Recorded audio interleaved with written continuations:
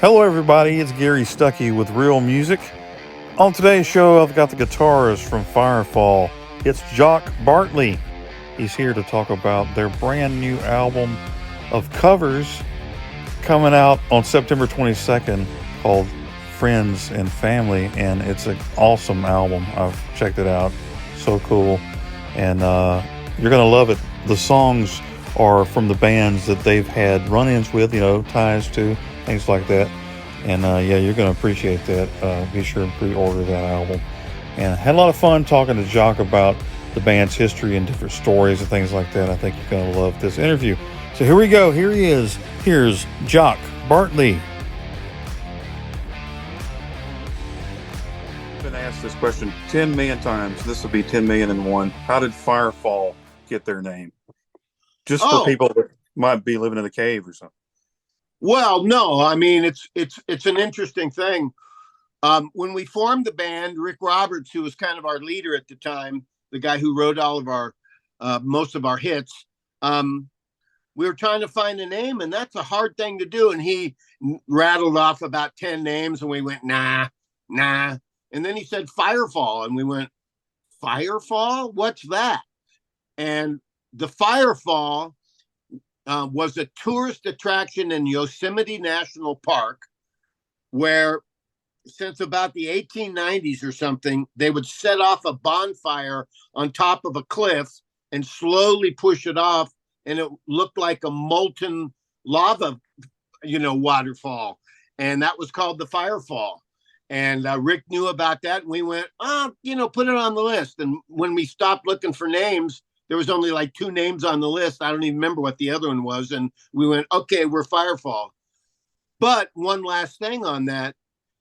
For 2 weeks, every February in Yosemite National Park on Horsetail Falls, a real big waterfall, the setting sun catches the waterfall just right and illuminates it. And it looks like the Firefall, and it, wow.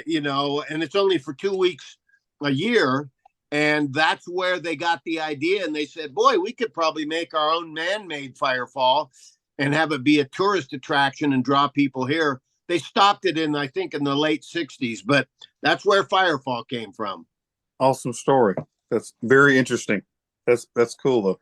And you don't remember the other names. It could have been like Skinflint or something. Yeah, right. I have no idea. Well, I know a lot of people, they're familiar with your songs, from the band for, all these years. And I've always loved the songs like You're the Woman and Just Remember I Love You and Strange Way. Everybody knows those songs. Right.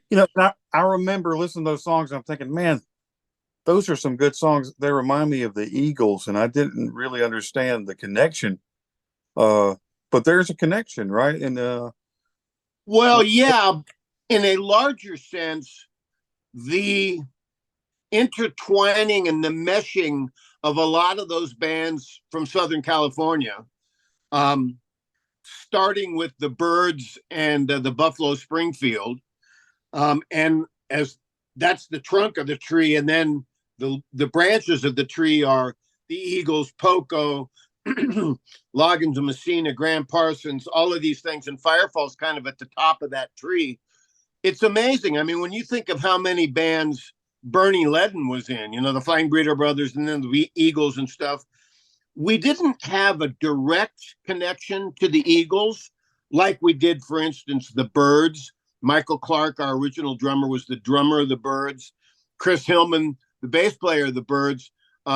Rick Roberts and Chris Hillman were in the Flying Burrito Brothers together when Rick replaced Graham Parsons, who I had the great fortune to play with Graham Parsons, Emmylou Harris in the Fallen Angels for about a month and a half. And we have a lot of connections to a lot of those Southern California bands.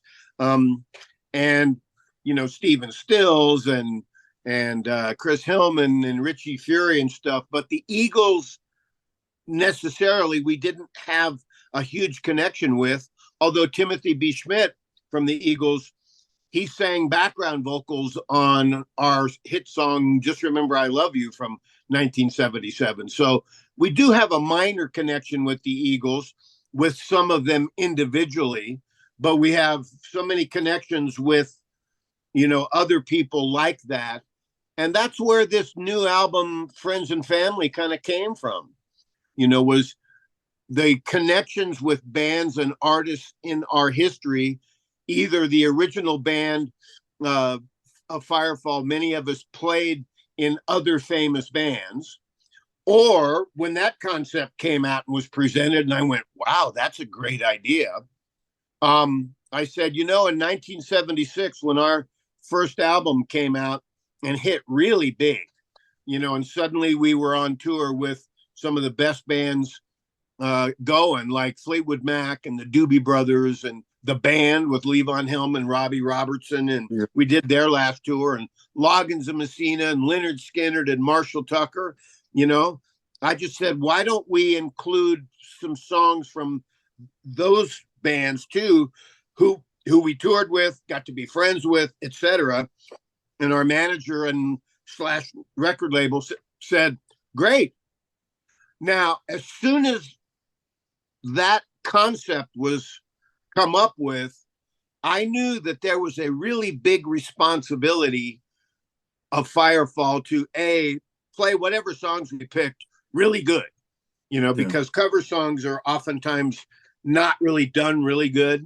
And the other thing is there were a lot of songs that immediately in my mind were off limits. Like, for instance, our manager, Lynn, said, you guys toured with the band? Oh, that's great. You can do Up on Cripple Creek. And I went, no friggin' way. Levon Helm is the only guy that should really sing that song, I think. Yeah. And the other, another one was somebody when we were trying to figure out what Heart song to do, because we used to tour with Heart all the time, got to be friends with them. Mark Andes, our original bass player, was in Heart for, quite a while in the 80s, I think, 80s into the 90s. Somebody suggested, hey, we can do Barracuda. And I went, no.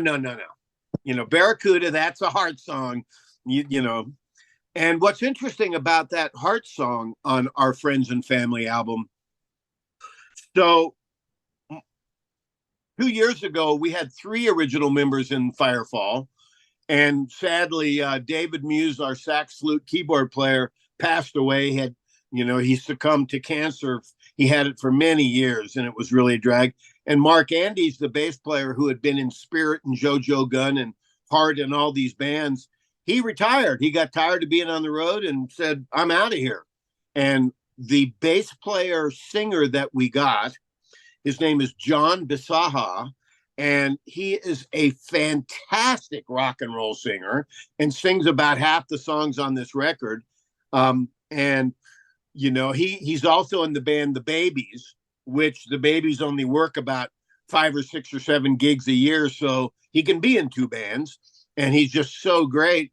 He said when I was trying to figure, because the Hart sisters, Ann and Nancy Wilson, trying to pick a song that Firefall could cover, I was kind of at a blank, and I didn't know, what song would work. And John said to me, I could really sing the heck out of What About Love? And I went, oh, What About Love? Okay.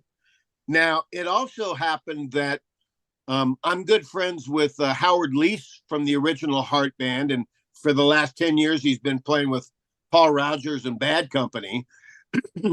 And John Bisaha knows Howard real well from Los Angeles. So I called Howard and I said, hey, here's the concept. We're cutting What About Love, and John's going to sing it. Would you want to play some guitar on it and maybe even do the solo, Howard? And he said, yeah, great. That sounds great. And because Howard played such an amazing lead guitar solo on the original Heart version from the 80s of that song. And so I emailed him our tracks, and he was going to go in the studio out in LA. And he called me back and he said, you kind of changed the chords on that solo, on your version. And I can't play the same solo I did before. And I said, I don't want you to play the same solo. You're a great player. Come up with something. And, so Howard played the solo on that. Interestingly enough, we did some studio stuff and I learned his solo with my guitar sound and played it along with him. And actually there's three people playing that solo, a clean Howard, a distorted Howard on a track, and then me playing that solo. And it just really sounds great. And that was one of the cool things about this album. Like, for instance, John Jorgensen, who's one of the best guitar players on the planet. I asked if he would play on the Bird song, Feel a Whole Lot Better. And he said, oh, absolutely. Because he plays 12 string, as good as Roger McGuinn does.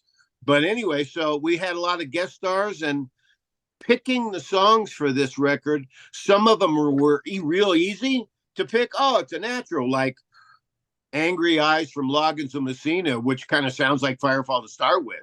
Yeah. And we got to know Kenny Loggins and Jim Messina when they were still in Loggins and Messina together.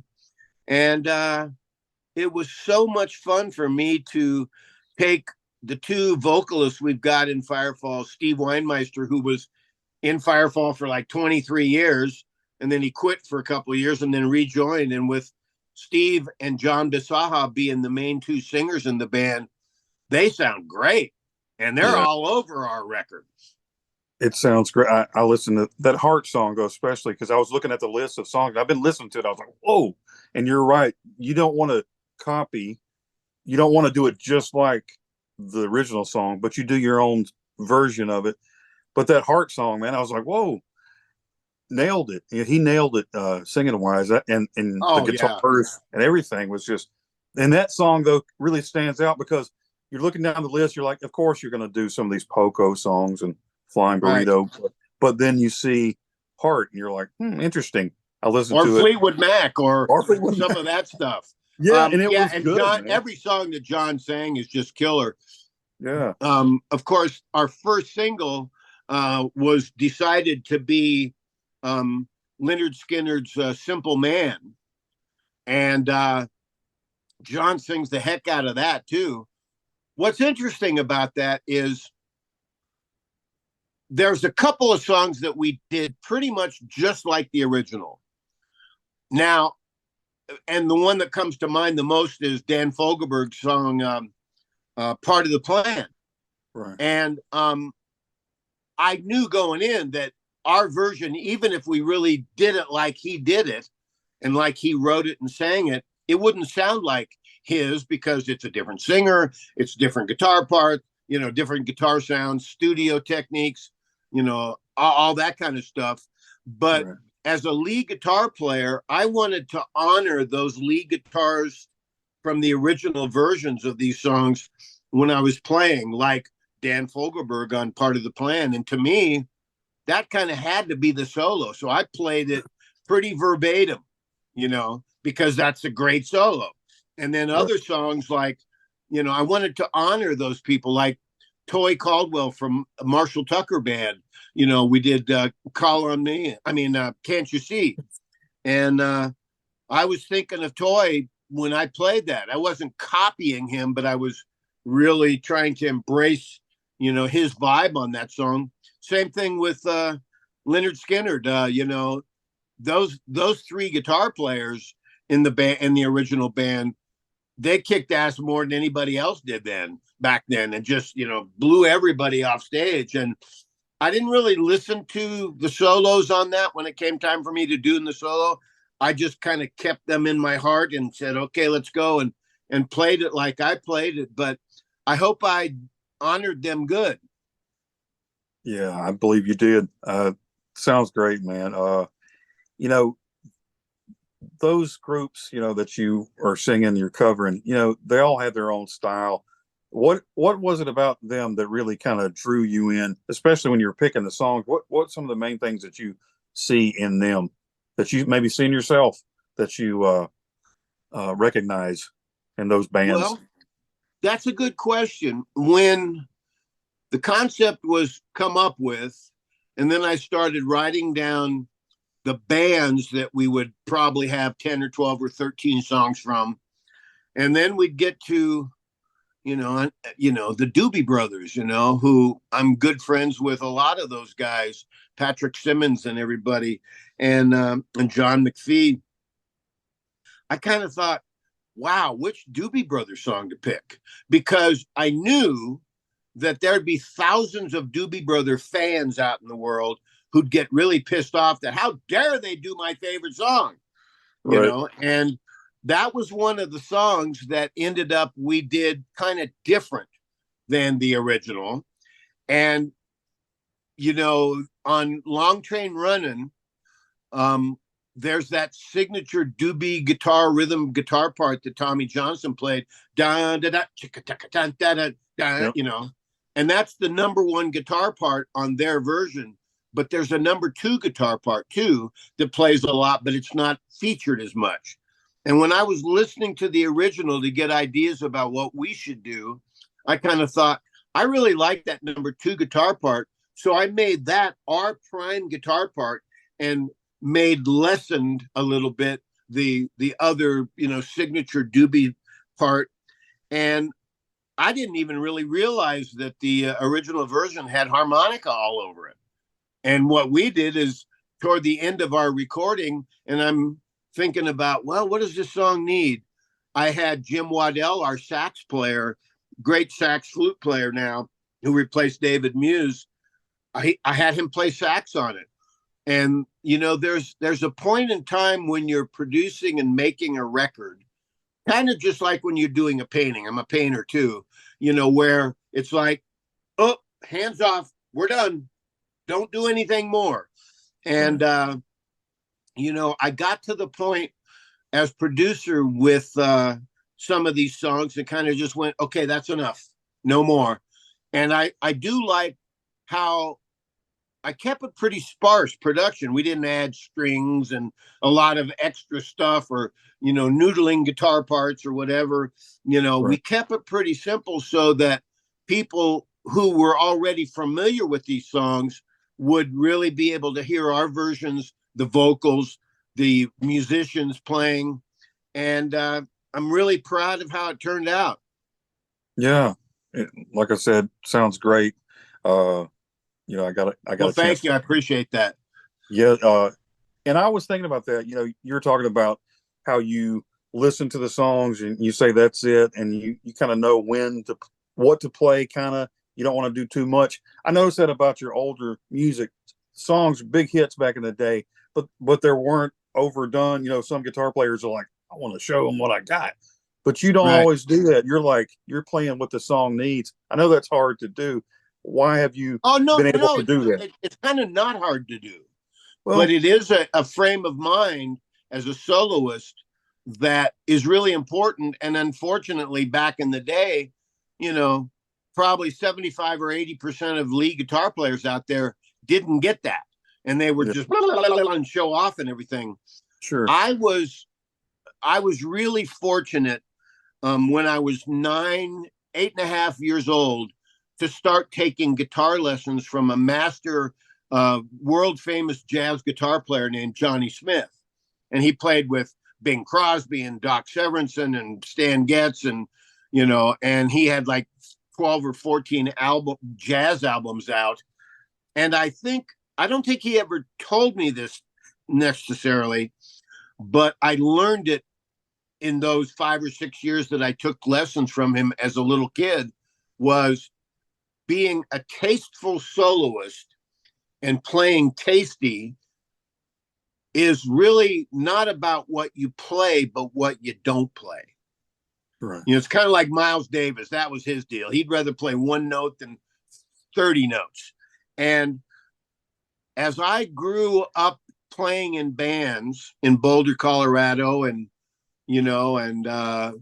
getting ready for those songs that Firefall had, because really, to me, what makes a really great band and a successful band is the song. Number one, the song, not the players, not the guitar player, not the drummer, the songs. And then secondarily, the singers of the songs. And, and I kind of was always just inspired to everything I played on a song of Firefall was destined to make, or was hoping to make, the song better. It was all about the song. It wasn't about my licks or my solos or my guitar sound or me playing fast or showing off or anything. Every lick I played was to make the song better. And the musicians in Firefall, David Muse on sax and flute, and Mark Andes on bass, and even Michael Clark on drums, the players in our band, we were all geared toward making that song as best we could make it. And a lot of times, and one of the things I think I do as a lead guitar player pretty well is I'm a right brain guy. I don't really think about what I'm going to play. I just kind of play it. And, I've done that in the studio, sometimes very successfully. But I think one of the things I'm good at is, and like our song from the past, So Long, I think is a good example of that. Rick Roberts would sing a line in the verse, and I would play something after him, either like what his melody was, or different, or complimentary, or whatever.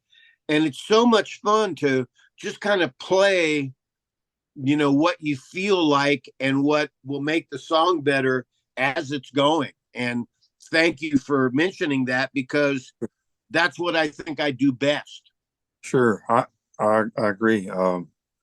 And even now, you're looking back at the old days and those feelings you get, when you come out, you're on TV shows. I've been watching some of those old clips. You ever go back and look at those and go, the memories, and you relive them though every night when you're still playing after all these years. Right. How does that stir up memories when you see this old footage?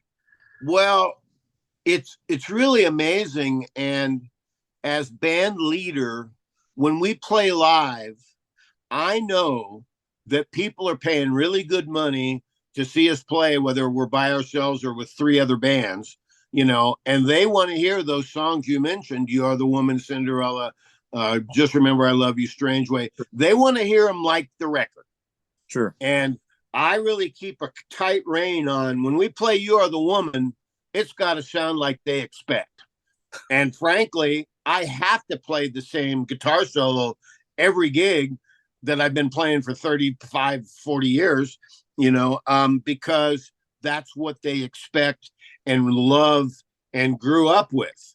Now, having said that, Firefall has a lot of room to go new places, like on my solos on Mexico, or the flute solo on Strange Way. We can go cover new ground, or go be spontaneous, or jam some and go, wow, we've never done that before. But really, playing the songs like people expect them to hear, our top ones, is really important to me.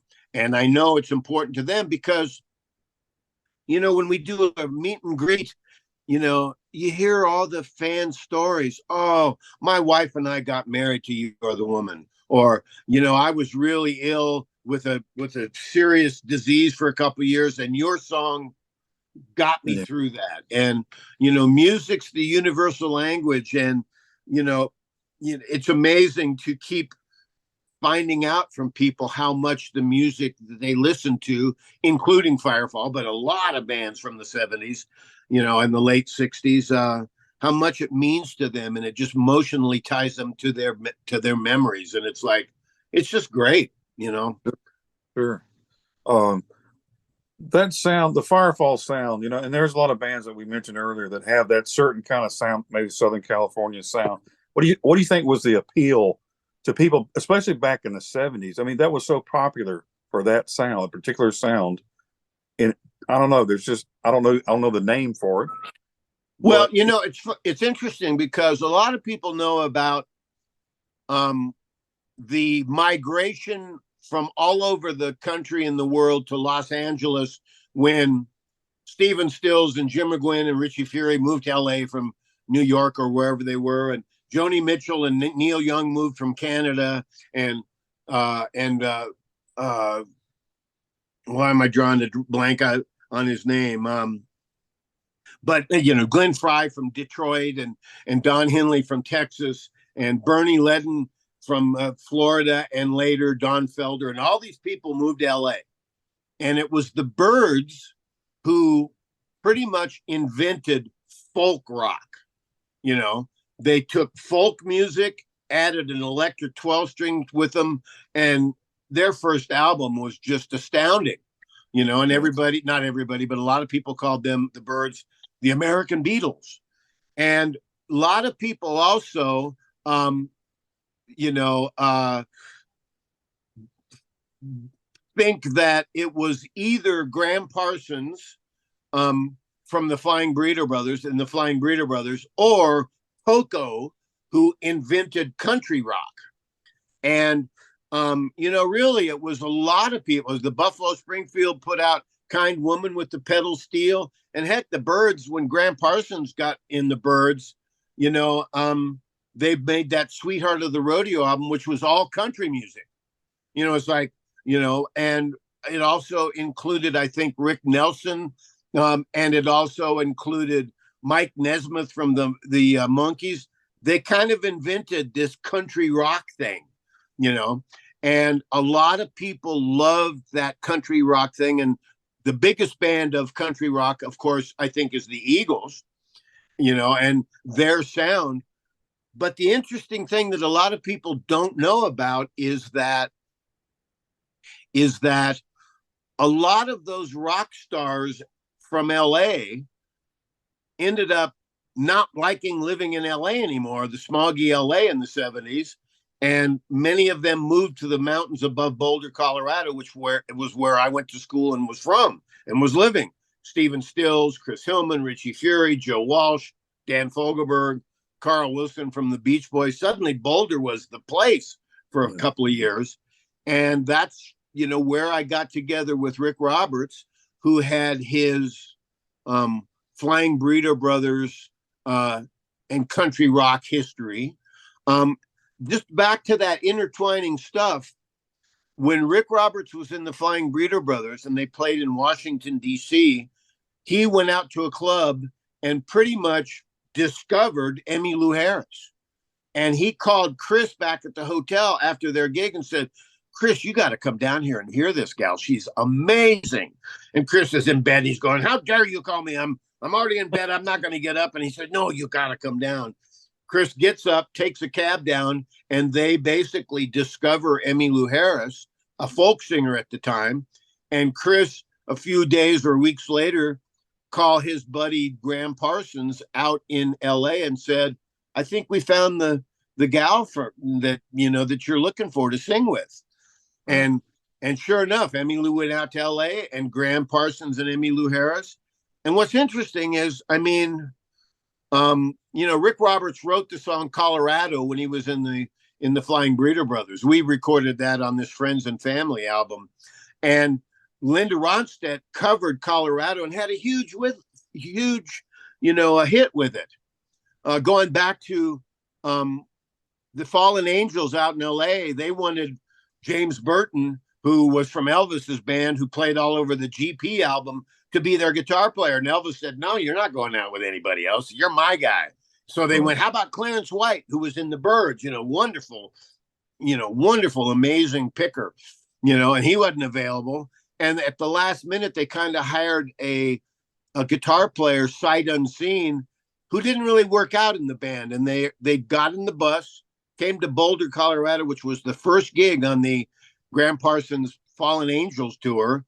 And they put out the feelers, you know, we need a guitar player.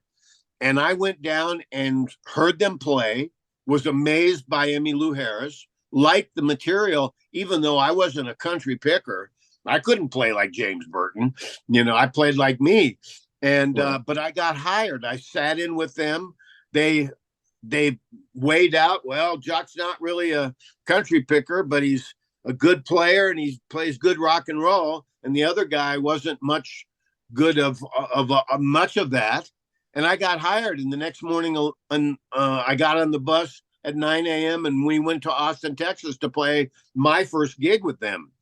The second gig I played with them was in Houston, Texas at Liberty Hall.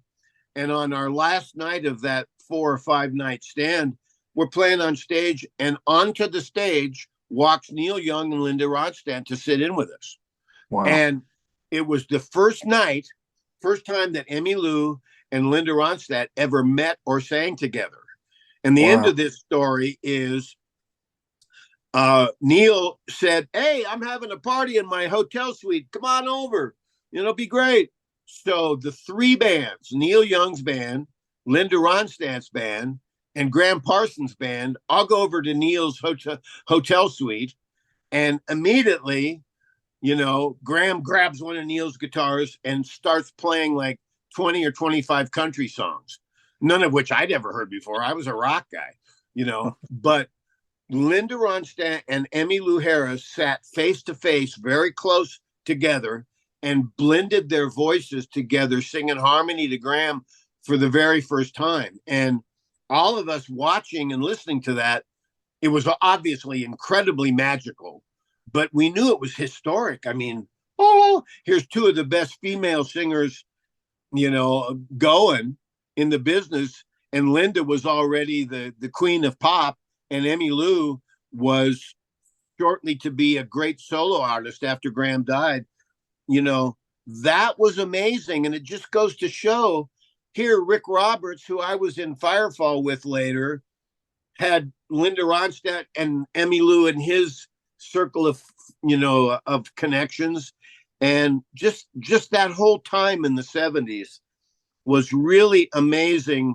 And it was amazing how many of those players would play on somebody else's albums, or this guy had that girlfriend, or that, and that whole thing with Linda Ronstadt and Joni Mitchell and the Eagles and Graham Parsons and Poco and Richie Fury and Chris Hillman, and it was just an amazing thing. And it's so phenomenal to me to know that Firefall, that formed in Boulder, Colorado, after all those guys moved to Colorado, we played a small role in the 70s. And I got gold and platinum records on my wall. And I just know how fortunate and lucky I was to be at the right place at the right time, and to be a good player ready to go, for Rick Roberts' songs. That helps too, to be a good player. Yeah. I got a story for you before you ask me the next question. Sure. So when we went to Criteria Studios in Miami to cut our first album, I mean, Michael Clark from the Byrds, Mark Andes from Spirit, Rick Roberts from the Burrito Brothers. Criteria Studios, I mean, the Bee Gees were down the hall and Stephen Stills was down the hall. When it came time for me to do my solo on Rick's song Mexico, which I knew was going to be my moment on that first album to really show what I could do. Not flashy speed stuff, but really just play hot. And I'd been playing it for 2 years, getting ready for that moment. I was out in the studio warming up, and the producer goes, "You ready to go?" And I'm going, "Yeah, let's go." And we start playing the song. Now, I have to say that the day before I recorded the solo on Mexico and the guitar parts on Mexico, they had added the horn section, the mariachi horn section, da da da da da, in the middle of that, which I'd never played with in my solo before. So I'm playing and it's going good, and I'm just right braining it and just burning and playing good. And people were in and out of the control room, and I'm just playing. And when it came time for the solo, I'm playing and I'm thinking in the back of my head, sometime soon the horns are going to play here. I don't know when and where, but here we go. And I'm playing, and then all of a sudden they play, and then I play, and then they play, and I play, and I finished it off, and it ended up being a one take performance. And the producer pushed the button and said, "That was great. Come on in." And I went, I had no idea, Jim, where the horns were going to be. So I don't know what I played with them, and I don't know if it was good enough. Let me see if I can have that section and see if I can beat it. See what I did, but see if I can beat it, which you do all the time as a guitar player or soloist. You kind of punch in and do a few licks and, whatever. And he said, "No, it was great. Come on in." I went, "Jim, really, I think I can play that section better, boom, and, let's go." And he says, "No." I take my guitar off. He wouldn't let me overdub or change anything. So I walk into the control room to give him a piece of my mind. And the first person I see who's been watching me play is my guitar hero, Eric Clapton. Oh, wow. And I went, oh, you know, and, you know, just kind of blah, blah, like turned into Jackie Gleason kind of. And he stood up and shook my hand and said, keen playing, man. And he walked out. The only time I ever met Eric Clapton. But the end of this story is it's a good thing I didn't know he was there while I was playing all those one take licks just off the top of my head. You know, it was like, because I wouldn't have been able to play anything. That's a really good story. Yeah. I was thinking about when you were talking about Emmylou Harris and Linda Ronstadt, you know, you're right in the middle of that. Like you said about Firefall, and people can say what they will, but you were saying top of the tree. I mean, it's kind of like you think a small seed planted is no big deal, but your band planted a lot of seeds for other people to go, I want to do this, I want to do that. But you being right there in the middle of all that, it's kind of like, I was thinking, it was kind of like watching a Firefall. It's kind of like watching that rare moment. You got to witness a rare moment in history and music. So it's kind of like the Firefall when you're watching that, you know, log fall down. You know. Well, that's true. Right. And you know what? It was amazing. And, you know, but it goes back to the song, you know, how good your songs are. And when Rick Roberts and I, after I met him in New York City when he came to see Graham, started getting together and jamming in Boulder, and he was going to make his third solo record on A&M Records. And, you know, and it was, you know, I was going to be his guitar player on his third solo album. But then Mark Andes, who had moved from LA, like with all the rush of rock stars from California, when he started jamming with us, it suddenly started feeling like a band and not a Rick Roberts solo album. And Rick said to us, I know this guy in Washington, D.C. named Larry Burnett, who writes great songs and sings great. And he and I sound great together. Do you want to hear a song of his? And Mark and I go, yeah, sure. Now, this was before cassette tapes were invented. So he puts on a big old reel-to-reel. The first song we heard of Larry's was Cinderella. And we just went, oh, my, get him out here. Yeah. And when Larry came out to Colorado and we started rehearsing as a band without a name, we didn't have a name yet. We didn't have any gigs. Michael Clark was still a month or two away from joining the band. But on that first week of practice, we had 20 to 25 original songs to work out by Rick and Larry. And many of those songs a year and a half later would be on our first album, like Mexico and It Doesn't Matter, Living Ain't Living, Cinderella, you know. So we never had to, we had a wealth of original material to play. And Mark and I, and then Michael Clark, and then David Muse, we all just added to the magic of that song that we were playing on. And our first three albums of Firefall, when we were in our heyday in 76, 77, and 78, were fantastic. And the songs still stand up today. And you hear Cinderella or Mexico or some of our songs on the radio, you're going, wow, that sounds great. And people didn't know what to call our music because it wasn't quite the Eagles and it wasn't quite Loggins and Messina and, you know, that Southern California stuff. So a lot of people in, you know, back in the late 70s started calling our music, call it the Colorado sound. You know, who knows what it is, but we're really not a country rock band because we were a rock band that had a bunch of big ballads too. You know, You Are the Woman and Just Remember I Love You. If a person only listened to AM radio, they thought we were just You Are the Woman, you know, without knowing how much of a rock band we really were. Sure. And that would have been a shame to miss out on all those great songs, all that guitar, like you were talking about. Well, you know, these days, a lot of bands, you know, y'all been together for how many years has it been? Well, we got together in 1974, so we're coming up on 50 years here, I think. That's right. Very soon. There's a lot of bands out there that have been around for all these years. A lot of them don't have the members anymore, you know, just you know, like in your case there. Are there people out there that say this isn't the original band? Because I've discussed that with some of the other guys that I've talked to. Right.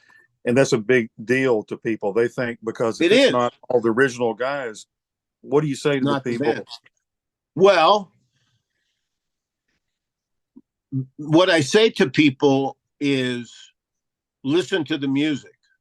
Now, if we didn't sound like Firefall, or if I wasn't, and my guitar playing and solos and licks and stuff, along with David's flute and sax, were kind of signature that helped to increase how great those songs sounded. Um, I agree with people, but on another level, when people pay money to come and hear you play live, if you sound kind of like the record and you got a singer that can sell the song, they don't care who the singer is, Yeah. and we tour a lot with a couple of bands which I won't name that don't have anybody from the original band, you know. And I really liked it when we had three guys, but hey, one of our guys retired and one of our guys died. And the two singers, Rick and Larry out of Firefall, they're not in real good health and can't perform anymore.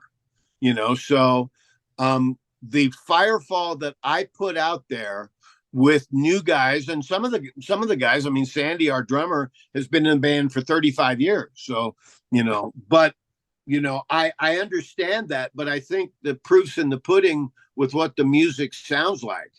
And I know how to make good Firefall records. I've been involved in the making of every Firefall record from the get-go, from 1975 in our first album, and the challenge and the blessing to record songs like Firefall sounds like, but these other bands on Friends and Family, it was fantastic, because when you think about Fleetwood Mac or Doobie Brothers or Heart or Poco, you've got some of the best songs of the 1970s to choose from.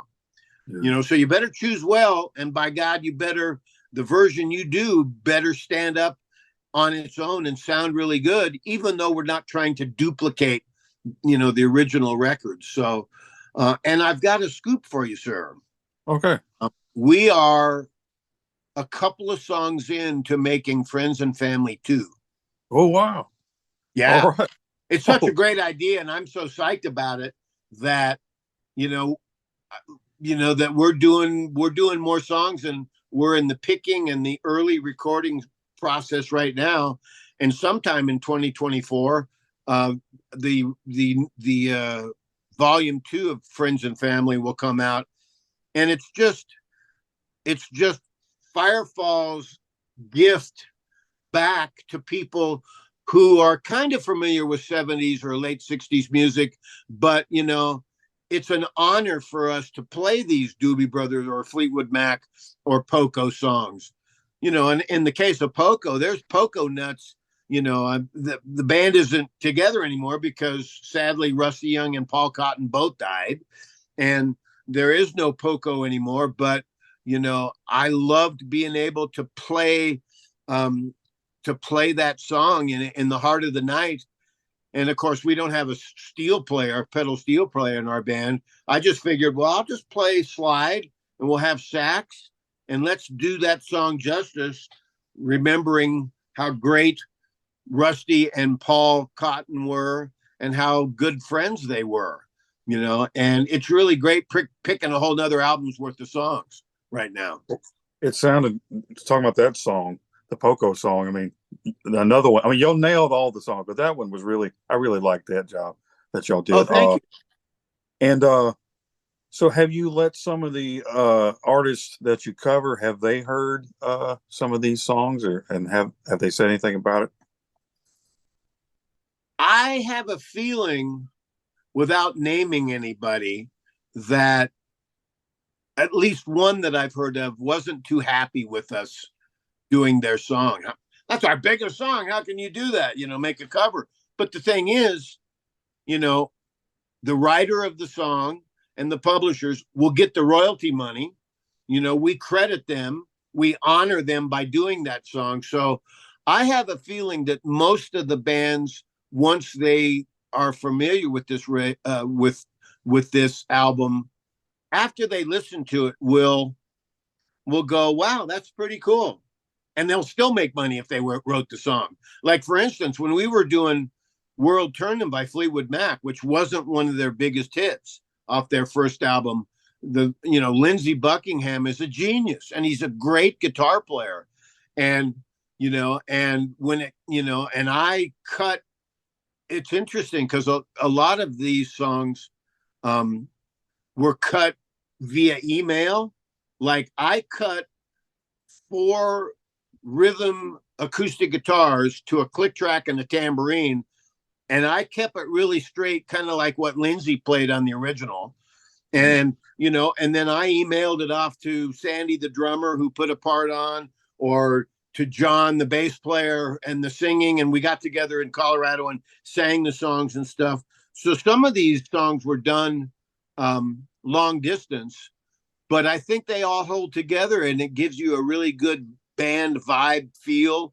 And, I'm really pleased with how those songs came out. But believe me, back to, when I was playing the guitar parts on the Fleetwood Mac song and the Lindsey Buckingham song, I knew how great Lindsey Buckingham is and was. And when we got to tour with Fleetwood Mac during the Rumors tour, they were the biggest band in the world by far.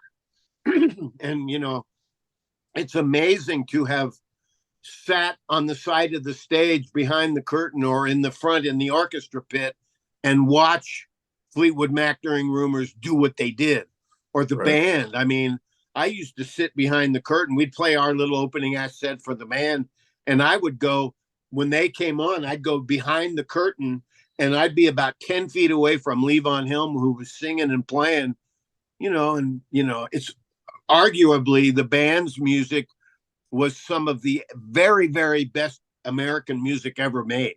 Yeah, I agree. Just great stuff. Totally agree. Well, those songs that you're working on for the next album, are there any clues as to who that might be, or you're not going to give that out? Well, I'll give you a couple. Okay. We used to play on our encore song, The Byrds, So You Want to Be a Rock and Roll Star. We have connections with the Byrds from Michael Clark in our band, Chris Hillman, who played on our record and produced our first demo tape, and Roger McGuinn, it's just like, and we had that recorded. And I knew as we were finishing up the album, I didn't really want to put 2 Byrds songs on there. And I really wanted to do Feel a Whole Lot Better, the Gene Clark song off their first Byrds album, which was just, one of my favorite Byrds songs. So So You Want to Be a Rock and Roll Star is going to be on our new Friends and Family 2 album. And the one song I will tell you that we have picked, and we haven't started recording yet, but we are going to in the next few weeks, is Stephen Stills' Love the One You're With. Okay, awesome. There's a Fleetwood Mac song. We're trying to pick the right Beach Boys song. Now that's a difficult when it's like, wow, which Beach Boys song? Because we used to tour all the time with the Beach Boys. And I got to know Carl Wilson, who lived in Boulder, quite well. And, it's just really fun. And I've got a list going that I can see right here now of the bands. Okay, what, and we're going to do another one and include a couple of Firefall songs, new Firefall songs, just as a bonus on that. Cool. But it's such a great idea to honor the music of the 70s. Here comes Volume 2. Yeah, I was going to ask you about are you going to have some new recordings? So I guess you're going to have new recordings on that. Yeah. That's awesome. Well, it's interesting, the music business and radio has changed so dramatically. I mean, nobody's going to make any money on royalties anymore because, 80% of the population want to hear their favorite band's new album for free. Damn it, I'm not going to pay for this, and, so even bands like Toto or the Doobie Brothers, they'll put out a new song off their new album that they sell at their gigs. They won't get any airplay off that because radio's just not set up like that anymore. Right. And, our last album, Comet, from 2 years ago, had a lot of great songs on it. And we made a video and got some attention, but it kind of went by the wayside really quick because new albums by classic rock bands, you know, unless you're the Eagles or maybe the Doobie Brothers or Foreigner, you just don't really sell that many albums. And now, of course, CDs are kind of obsolete, and everybody wants to have stuff free. Or I'll pay 2 cents to listen to this song. Listening and streaming and all that kind of stuff, and you just don't know. I do want to make another Firefall record, but I think in the interim, with us doing two of these friends and family albums, it really behooves us, and probably is a good thing for our Firefall fans, to include 2 or 3 new songs that nobody's ever heard of Firefall. And I've got one in mind that kind of sounds like the 70s Firefall music. So I'm looking forward to everything. And for me, being a 70-year-old, 72-year-old guitar player in a band that's still making records and can tour around the country and sometimes go to Europe or Japan or other places internationally, what a godsend. It's just like so great. And it just goes back to how great our first couple albums were in Firefall, and the songs, those songs still stand up. Yes, they do. And that's why the fans keep coming. And speaking of which, what kind of shows you got coming up real soon? Well, we're weekend warriors now. We don't go on tour for months at a time, or a month or 3 weeks like we used to. And we have a lot of shows coming up, and we play. Firefall is really fortunate to be thought of by buyers and promoters of concerts. We play a lot of concerts with Atlanta Rhythm Section in Orleans and Pure Prairie League, and bigger than that, occasionally we'll play with REO Speedwagon or America, and people love to go to a show with 3 or 4 70s bands and hear all those hits. And Sure. In my case, in Firefall's case, when we go play with 3 other bands on a bill, and we're in the middle somewhere, we get 40 minutes to play, or 45 minutes. And by gosh, I know which 45 minutes we're going to play, because people expect to hear those 5 or 6 Firefall songs. Now, Sure. in a headline sitting where we're the headliner, and we're playing a 90-minute or a 2-hour set, or 2 60-minute sets or something, we're going to add 3 or 4 or 5 of these friends and family songs. And I know they're going to go over great. I'm even thinking that maybe we should do a couple of them as encores after we do our Firefall stuff. People are clapping. We come out and play, Long Train Running by the Doobie Brothers, or we play the Heart Song. People are going, wow, Yeah. So it's just so much fun for me. This whole concept in the Friends and Family album has invigorated the band and just given us new focus. And, I'm all for that. I agree. I mean, it's going to be exciting to see what happens for you. And the album comes out September 22nd, right? I think so. I've heard the 20th or the 22nd. They can go. Anybody can go now onto Amazon or Spotify and hear "Simple Man," our version of the Lynyrd Skynyrd song. And the next single that's going to precede the album by a few weeks is "Long Train Running" by the Doobie Brothers. But yeah, I mean, I turned this album in about a year ago. So I've been chomping at the bit to have people be able, like you and me, to be familiar with it and going, God, this thing is great. Because, Sure. We kept it, I kept it right down the middle of the road here, because I didn't want to do anything too fancy. And I will say that I know a lot of bands that had 1 or 2 big hits back whenever. And in the past 35 years or whatever, they've gotten so tired of playing that darn song, that they change it up so much that the audience doesn't even really know this is my favorite song, until maybe they get to the chorus and they went, God, these guys changed it up a lot, which is why when we play "You Are the Woman," by gosh, it's going to sound like what you're supposed to sound like. Right. As it should. And that's what the fans are expecting, right? Yeah, exactly.